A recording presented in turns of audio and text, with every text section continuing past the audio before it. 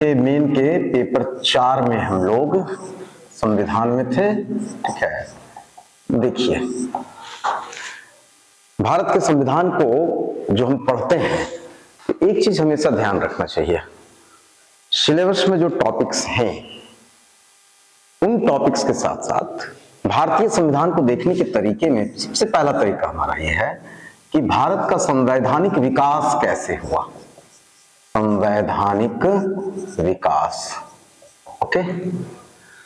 भारत के संवैधानिक विकास को जब आप देखेंगे तो ये आप कहां से शुरू करेंगे देखना, कहां से? रेगुलेटिंग एक्ट, रेगुलेटिंग एक्ट, यहां से 1773 यहां से हम देखना शुरू करेंगे। ठीक है, यहां से लेकर संविधान सभा तक, संविधान सभा का गठन, इस बीच का जो उतार चढ़ाव है संवैधानिक विकास में, रेगुलेटिंग एक्ट के बाद दूसरा क्या आया था हमारा? पिट्स इंडिया एक्ट, छोटा पिट्स इंडिया एक्ट। फिर उसके बाद क्या आया हमारा? ये 1784 है। इसके बाद क्या आया? चार्टर एक्ट, चार्टर एक्ट कब का? 1813 का। चार्टर एक्ट 1833 का, चार्टर एक्ट 1853 का। ठीक है, उसके बाद का एक्ट जो है वो चार्टर एक्ट नहीं है। समझ रहे हैं? शब्दों को गौर कीजिए। तो इसमें से ये चार्टर एक्ट जो है हमारा, ये यहां से यहां तक आया 18 से 53 तक। ओके, उसके बाद क्या आएगा? भारत शासन अधिनियम, अधिनियम। ठीक है, ये कंपनी काल की चीजें हैं। कंपनी काल में इतिहास में आपने पढ़ा 1857 का विद्रोह हुआ। विद्रोह होने के बाद कंपनी की सत्ता समाप्त कर दी गई, क्राउन की सत्ता स्थापित की गई। ठीक है, आपका जो गवर्नर जनरल था उसका पदनाम वायसराय हुआ। ये सारी घटनाएं जो हुई हैं ये भारत शासन अधिनियम 1858 से। ठीक है, उसके बाद आप एक और देखेंगे, वो यह कि भारत परिषद अधिनियम, परिषद अधिनियम 1861। शब्दों को आप गौर कीजिए, जवाब मिलते जाएंगे। रेगुलेटिंग एक्ट का मतलब हुआ कि कंपनी कैसे रेगुलेट होगी, कैसे काम करेगी। पिट्स इंडिया एक्ट के लिए हमने रेगुलेटिंग एक्ट नहीं कहा। रेगुलेटिंग एक्ट 1773 ये पहला मौका था जब ब्रिटिश संसद को ये भारत के शासन में इंटरवेन करने का, हस्तक्षेप करने का मौका मिल गया। कंपनी को एकाधिकार था। कंपनी को, देखिए सवाल जो इस पर बनते हैं, ठीक है, मैं एक सवाल कहूं, 2-3 सवाल ऑब्जेक्टिव के। ठीक है, ये कंपनी के शासन में ब्रिटिश संसद का हस्तक्षेप किसके द्वारा शुरू हुआ? ठीक है, A regulating act, regulating act 1773, B Bharat शासन अधिनियम, अधिनियम 1855, C charter act, charter act 1813, charter act 1833। आप गौर करते होंगे कि भारत का कौन सा होगा वो? Regulating act.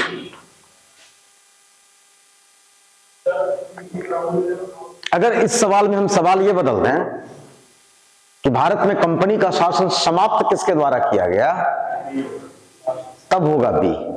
ठीक है।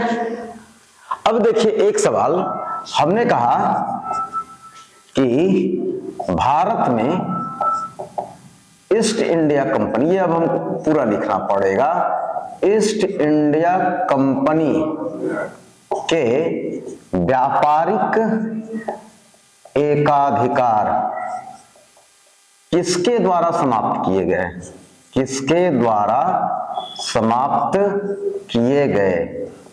हम दे रहे हैं charter act 1813, charter act 1833, charter act 1853, ठीक है, और भारत शासन अधिनियम, भारत शासन अधिनियम, ठीक है, 1855। इसी सवाल में अभी हमने कहा कि भारत में ईस्ट इंडिया कंपनी के व्यापारिक एकाधिकार समाप्त किए गए, और अब हम कहें तो इसका जवाब होगा 1813। लेकिन हम ये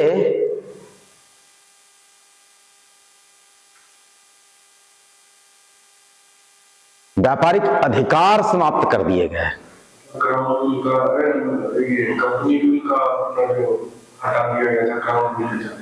नहीं, इसका मतलब कंपनी एग्जिस्ट कर रही है, और कंपनी के शासन को खत्म करने की बात जब भी हम कहते हैं तो 1856 का हमारा 1855 लिखा है, ये 58 होगा, ठीक है।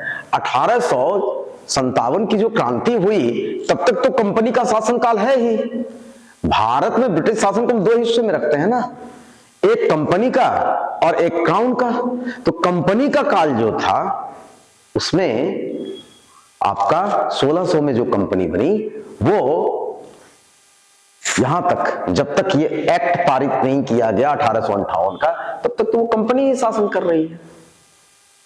कंपनी क्या थी? व्यापारिक कंपनी थी। यहां आकर उसने क्षेत्र जीते और उसने, ठीक है, ये करना शुरू किया, शासन करना शुरू किया, शासन करना शुरू किया। तो हम ये कह रहे हैं कंपनी ने शासन करना शुरू किया, तो व्यापार भी कर रही थी कंपनी ना। गौर कीजिए हमने क्या कहा। इस सवाल को मैं दो बार अगर लिखूं कि किसके द्वारा कंपनी के व्यापारिक एकाधिकार समाप्त किए गए, ऑप्शन हमारा वही रहे 1813, 1833, 1853। ये एक्ट के ईयर केवल मैं लिख रहा हूं, ठीक है, 1858, ठीक है, ये चीज हमने उठाकर दे दिया, ठीक है। इन दो सवालों में अंतर क्या है?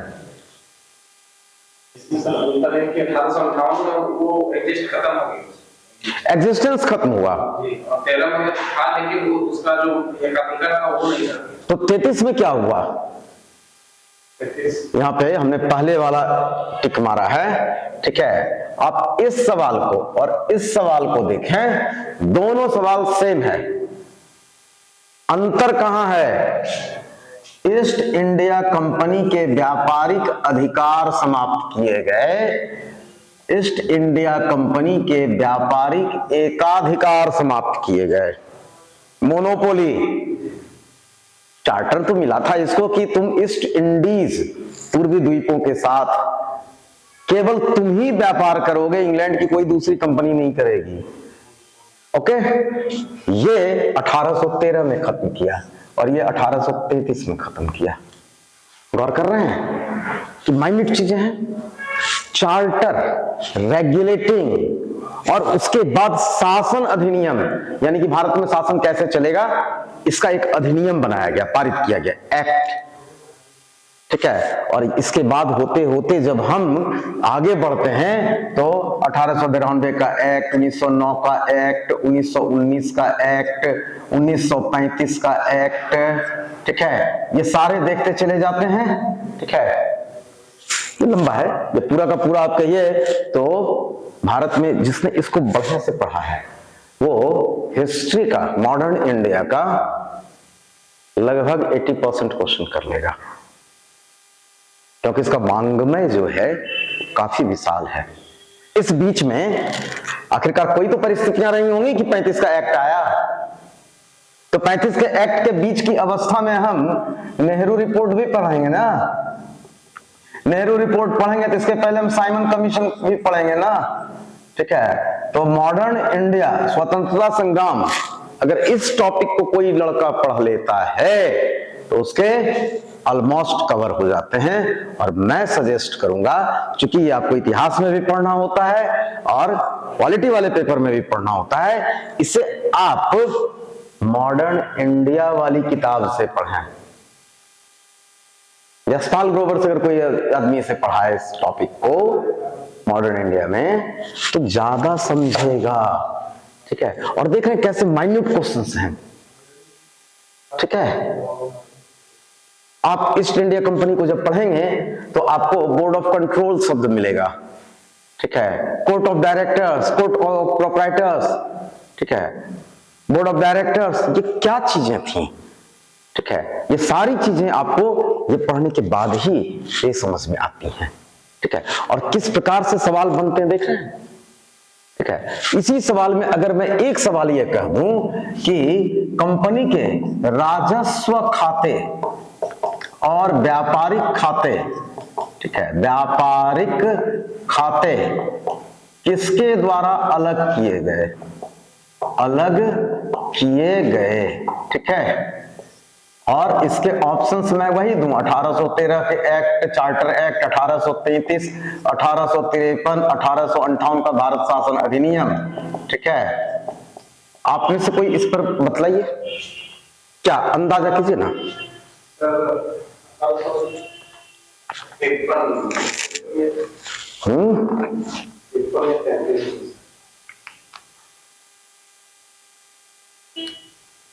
तिरपन या 33 क्या होगा? 58 नहीं होगा, हम नहीं जानते। मान लीजिए इस सवाल को हमने कभी अपने जीवन में बनाया नहीं प्रैक्टिस सेट में, अब हम निगेटिवली देखना शुरू करें भाई, मतलब निगेटिवली वर्ड इस्तेमाल गलत हो जाएगा। मैं ये कहूं कि सवाल के जवाब, अब जवाब से हम सवाल को जोड़ना चालू कर दें, क्योंकि हम नहीं जानते, तो दोनों तरीके होते हैं ना, ठीक है। 1858 कंपनी का एग्जिस्टेंस ही खत्म हो चुका था, ये नहीं होगा, गारंटी है। 1853, 1833, 33 में हमने क्या कहा, कंपनी के व्यापारिक अधिकार समाप्त कर दिए गए, अधिकार समाप्त हो गए थे ना। तो जब व्यापार कर ही नहीं रहा है तो व्यापार का खाता होगा बाबू। तुम व्यापार करते ही नहीं हो तो तुम्हारे व्यापार का कोई खाता हो सकता है क्या? बैलेंस शीट बनेगा नहीं ना। प्रॉफिट लॉस का बैलेंस शीट हम कब बनाएंगे? जब हम व्यापार करेंगे। तो 33 में नहीं होगा। क्यों नहीं होगा? क्योंकि व्यापारिक अधिकार खत्म हो गए थे, ठीक है। जब 33 नहीं होगा 53 भी नहीं होगा, क्लियर बात है, ठीक है। जवाब से सवाल की ओर बढ़े हम, ठीक है।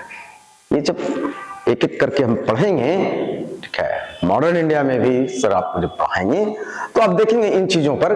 हमने ये कहा कि भारत के संविधान को पढ़ने में, ठीक है, हम सबसे पहले इसका विकास क्रम देखना चाहिए हमें, ठीक है, संविधान सभा तक।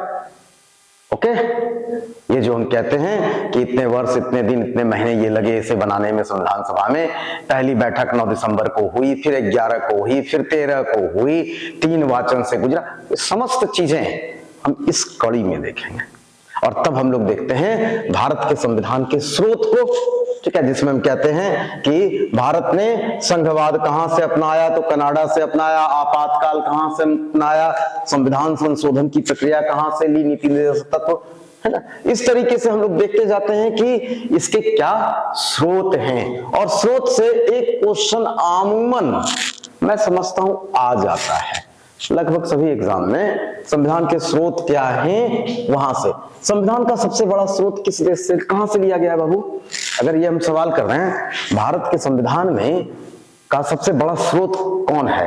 ब्रिटिश संविधान पहला ऑप्शन, फ्रांस का संविधान, कनाडा का संविधान, इनमें से कोई नहीं। क्या बोलिएगा? यूरोप,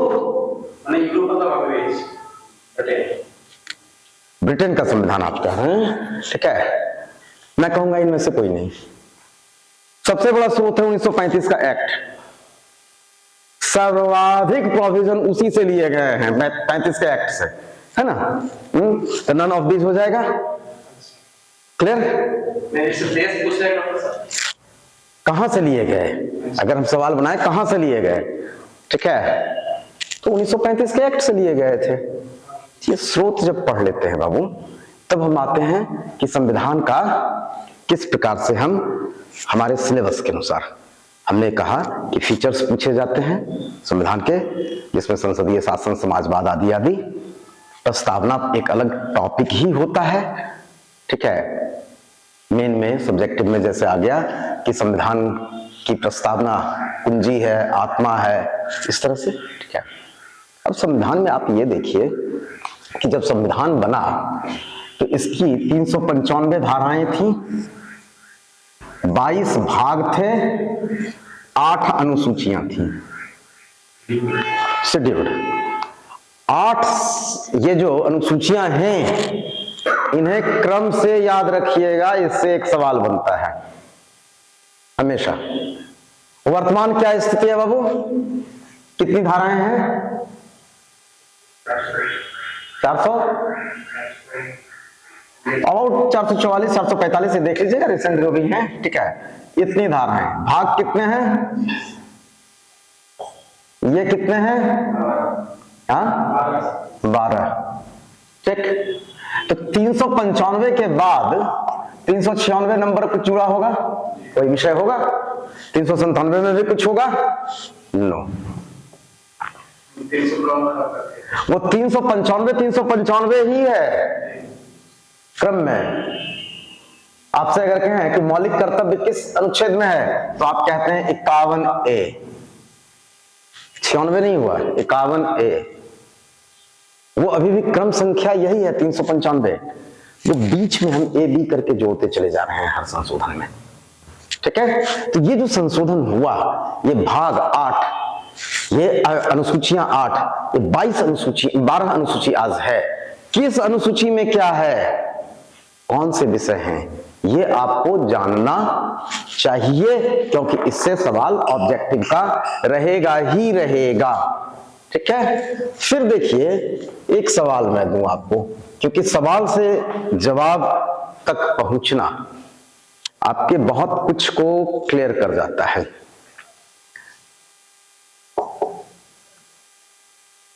ठीक,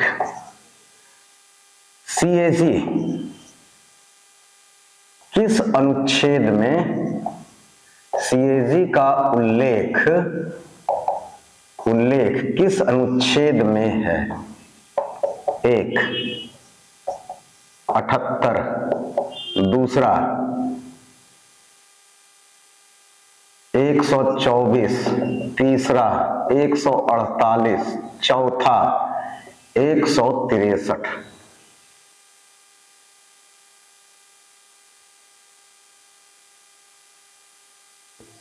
हम रटे हुए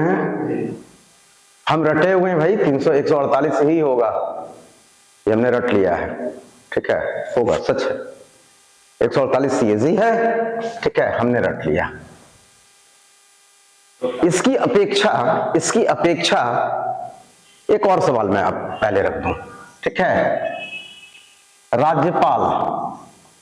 राज्यपाल का अध्यादेश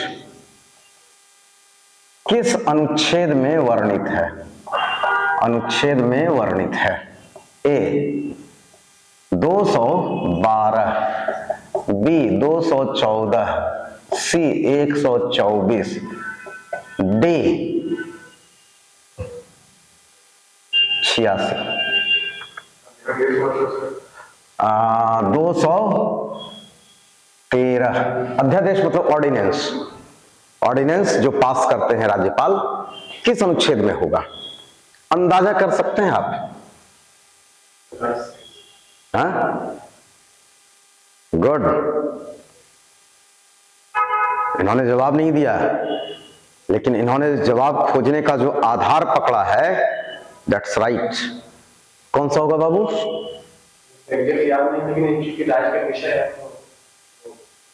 ये लॉजिक है इनका, और ये एकदम सही लॉजिक है। तो संविधान को पढ़ने का तरीका क्या जान रहे हो? सारे काम नहीं कर रहे हैं करने के लिए। भाग 1, इसका विषय क्या है? भारत संघ और इसके राज्य क्षेत्र। कहां से कहां तक? तो अनुच्छेद 1 से 404 तक। भाग 2, नागरिकता। कहां से कहां तक? गुड। भाग 3, मौलिक अधिकार। कहां से कहां तक? 12 से 35। भाग 4, मौलिक नीति निर्देशक तत्व। भाग ये अनुच्छेद 36 से 51। ठीक है। भाग 5 कौन सा विषय है? इसके आगे मैं जोड़ दूं भाग 4A। ठीक है, तो इसमें है मौलिक कर्तव्य, लिख देना चाहिए मौलिक कर्तव्य। ठीक है, ये 51A में है। इसमें एक ही विषय है, 42वें संशोधन से जुड़ा। भाग 5 क्या कहेंगे हम इसमें बाबू? केंद्रीय शासन। अब जो पहली बार ये सब पढ़ रहा है लड़का, पॉलिटिकल साइंस नहीं पढ़ा और बड़े शान से कहता है कि मैं साइंस का हूं इसलिए ये सब समझ में नहीं आता, या ये सब मैं नहीं पढ़ता। ठीक है, भूल गए, स्कूल में पढ़ा सब है, भूल गए। ठीक है, तो उन्हें कहूं कि पहले आप मोटे मोटे तौर पे इसे खाके में बांटिए, उसके बाद आप थोड़ा अंदर जाइए, मैक्रो लेवल, तब माइक्रो लेवल। मैक्रो लेवल में आए, केंद्रीय शासन में क्या क्या हो सकता है, तो हम कहेंगे राष्ट्रपति होगा, या वैसे हम क्यों कहें, केंद्र की कार्यपालिका होगी, केंद्र की विधायिका होगी, केंद्र की न्यायपालिका होगी, है ना। केंद्रीय कार्यपालिका, केंद्रीय क्रम, ये केवल ये याद रखिएगा, तब विधायिका, तब न्यायपालिका। ओके, और तब यहां पे आपको याद रखना होगा कि CAG है यहां केंद्रीय शासन में। क्यों? अपने अकाउंट्स एंड ऑडिट जो हैं वो एकीकृत है, राज्य और केंद्र के बीच बंटवारा नहीं है, CAG ही दोनों का करता है। ओके, अब देखिए भाग 6। भाग 6 में क्या है? राज्य का शासन। तो इसकी भी कार्यपालिका, विधायिका, न्यायपालिका। ओके, इन हिस्से में हमने इसे बांट लिया। क्लियर? अब देखिए कार्यपालिका, तो कार्यपालिका में कार्यपालिका का प्रधान कौन है? केंद्रीय कार्यपालिका का राष्ट्रपति। राष्ट्रपति सबसे पहले वह आएगा। राष्ट्रपति अगर ना रहे तो उनका शासन कौन देखता है? उपराष्ट्रपति। और केंद्र में क्या होता है?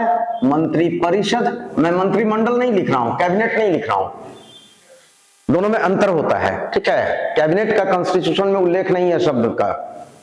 कैबिनेट शब्द एक्स्ट्रा कॉन्स्टिट्यूशनल बॉडी रहा, एक बार इसका उल्लेख आया है 44वें संशोधन से आपातकाल के संदर्भ में। अदरवाइज संविधान में 1950 का जो संविधान हमारा है उसमें मंत्री परिषद है। दोनों के फर्क को मैं करूंगा बाद में। ठीक है, न्यायपालिका में केंद्रीय स्तर पर क्या होगा? Supreme court. अब आपने डिवीजन कर लिया कि राष्ट्रपति 51 तक तो हम इसमें थे, तो 52 से शुरू होगा।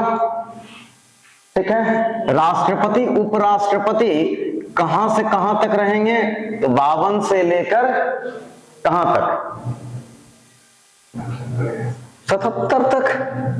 ठीक है, इसमें और भी विषय आ जाएंगे हमारे। ठीक है, जैसे अटॉर्नी जनरल। ठीक है, आप यहां पर एक चीज जोड़ दें, अटॉर्नी जनरल को भी। ठीक है, मंत्री परिषद का उल्लेख कहां पर है?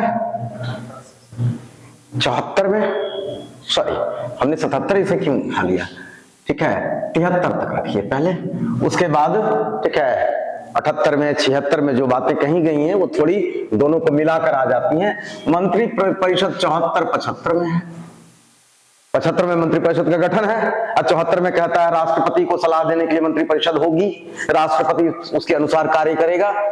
सुप्रीम कोर्ट के पहले मैं कहूं विधायिका, विधायिका में क्या है संसद, संसद कितने में है 79, उसके बाद राज्यसभा लोकसभा करते हुए, ठीक है। चलिए हमने कहा न्यायपालिका, एक न्यायपालिका वाला आपको याद होना चाहिए कि ये कितने, सुप्रीम कोर्ट कितने आर्टिकल में है 124, ठीक है, और सीएजी आपका 148 से 151 तक, ठीक है। हमने राज्यों के कार्यपालिका का कहा ये 152 से लेकर राज्य का शासन, ठीक है 237 तक, ओके। तो अब आप ये बतलाइए, इसमें आइए, ठीक है, कोई भी ऐसा शब्द, ऐसा प्रश्न जो कि राष्ट्रपति से जुड़ा हुआ है और ऑप्शन में हमें इस तरह से दिया हुआ है, इस तरह से दिया हुआ है राष्ट्रपति से जुड़ा हुआ विषय, तो ये होगा नहीं होगा, क्यों, क्योंकि राष्ट्रपति इतने में ही उसका खेल खत्म करना है हमें, ठीक है। केंद्रीय शासन को कितने में लाना है हमको 52 से लेकर 151 तक में केंद्रीय शासन आ जाना है। अब समझ रहे हैं ये कैसे हम डिवाइड, पहले मैक्रो लेवल पे डिवाइड किया, माइक्रो नहीं मैक्रो लेवल पे हमने इसे देखा और इसे हमने बांटा कि उससे जुड़ा हुआ, पकड़ने में तो पहला तो यही पकड़ा गया ना, आपने जो आधार बनाया ये राज्य का विषय है तो जरूर 200 के ऊपर होगा। और आपको एक चीज बताऊं, 224 में सुप्रीम कोर्ट की स्थापना है, ठीक है, सुप्रीम कोर्ट 124 से लेकर 147 तक है, 124 में सुप्रीम कोर्ट की स्थापना है, तो इसका अर्थ क्या हुआ 123 तक विधायिका है, क्योंकि क्रम हमने कहा था विधायिका, कार्यपालिका, देन न्यायपालिका, तो विधायिका 123 तक है। और आप ये याद रखें कि विधायिका में अंतिम विषय जो है वो यह है अध्यादेश, ऑर्डिनेंस। तो राष्ट्रपति का ऑर्डिनेंस 123 में आएगा, राष्ट्रपति का ऑर्डिनेंस, राज्यपाल का ऑर्डिनेंस, ठीक है। सुप्रीम कोर्ट, यहां पे मैं करूं, सुप्रीम कोर्ट जो है ये 124 से शुरू होता है और हाई कोर्ट 214 से शुरू होता है। आ गए 213।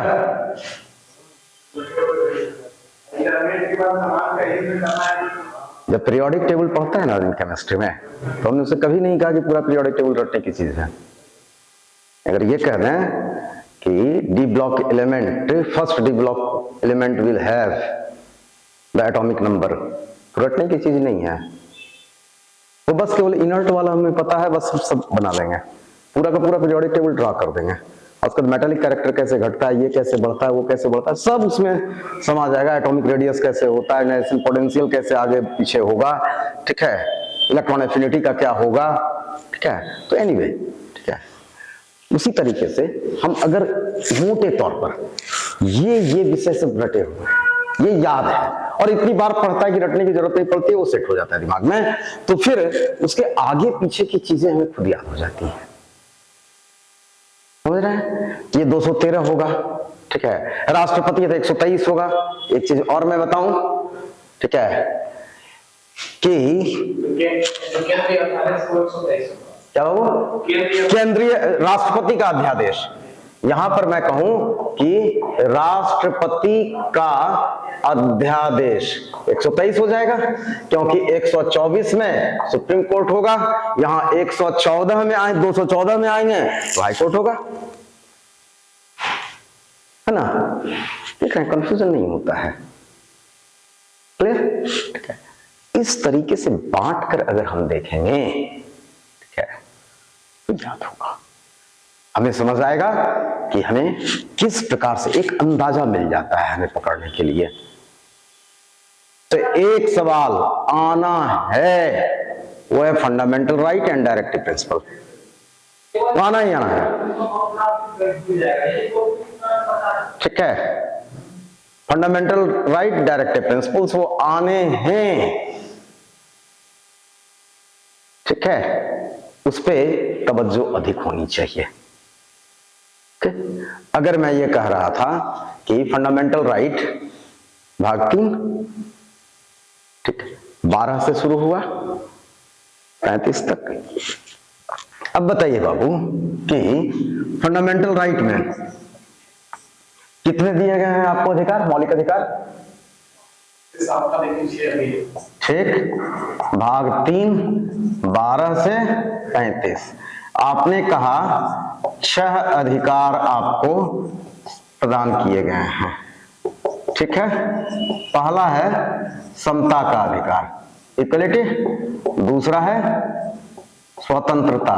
तीसरा, नहीं बाबू ये सब याद होना चाहिए, शोषण के विरुद्ध अधिकार। चौथा धार्मिक स्वतंत्रता, छठा अधिकार हमारा क्या था? संपत्ति का अधिकार था, ठीक है, जो अब निरसित है, विलोपित है, ठीक है, इसे हटा दिया गया। सातवां क्या था? संवैधानिक उपचार। मैं यहां पे फिर आगे कहूंगा कि संवैधानिक उपचार, वैधानिक उपचार दोनों में अंतर होता है, ठीक है। तो ये डिटेल्ड जब हम करेंगे तो उसमें कहेंगे कि संवैधानिक उपचार, संपत्ति का अधिकार अभी भी है, एक विधिक अधिकार है।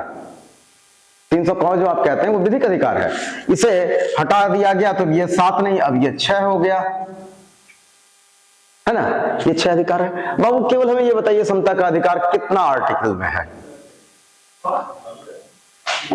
14 से 18, स्वतंत्रता 19 से 22, 23 से 24, 25 से 28, 29 से 30, 32, ये 31, ये विलोपित हो गया या निरसित हो गया, समाप्त हो गया, ठीक है। चलिए, है ना।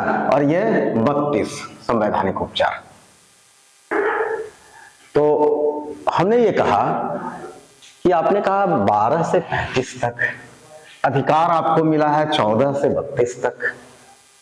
12 में क्या है, 13 में क्या है, 33 में क्या है, 34 में क्या है, 35 में क्या है? ये आपने तवज्जो दिया कभी?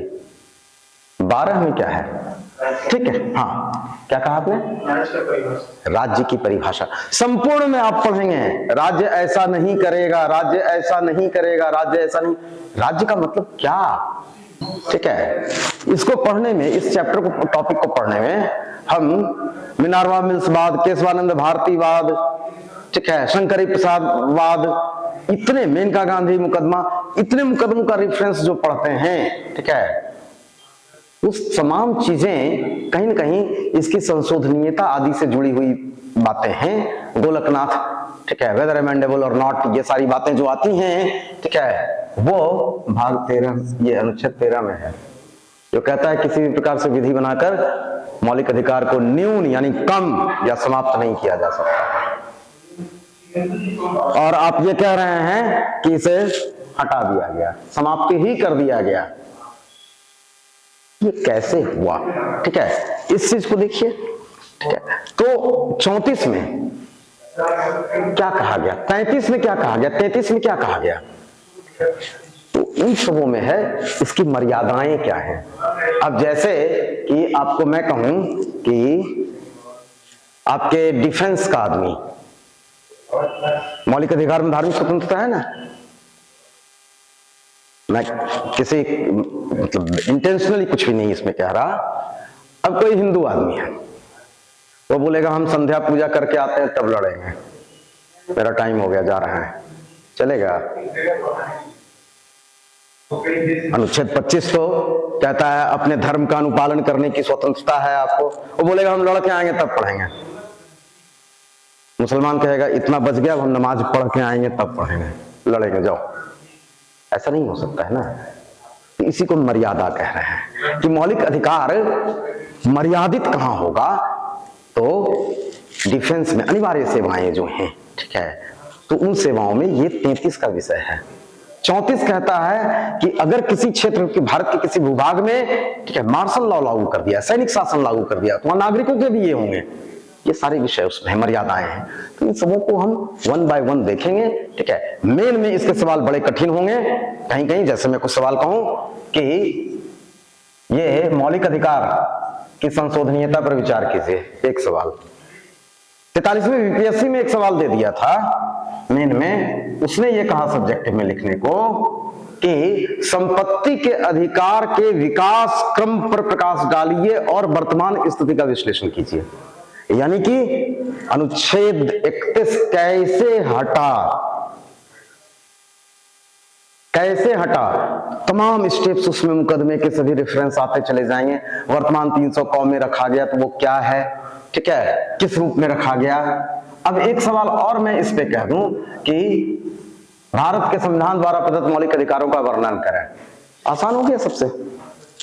लेकिन यह कहूं कि मौलिक अधिकार और नीति निर्देशक तत्वों के बीच की तुलना करें, तब ये सारे रिपीट होते हैं उसमें आंसर में, एक टॉपिक, ठीक है। तो इन समस्त को, ये उलझने वाला टॉपिक ये सब होता है इसका, ठीक है। 31B, 31C, 39, 30A, वहां जाकर लोग उलझने लगते हैं। सारी चीजों को हम लोग एक बार देखेंगे। Rest in next class. Okay, thank you.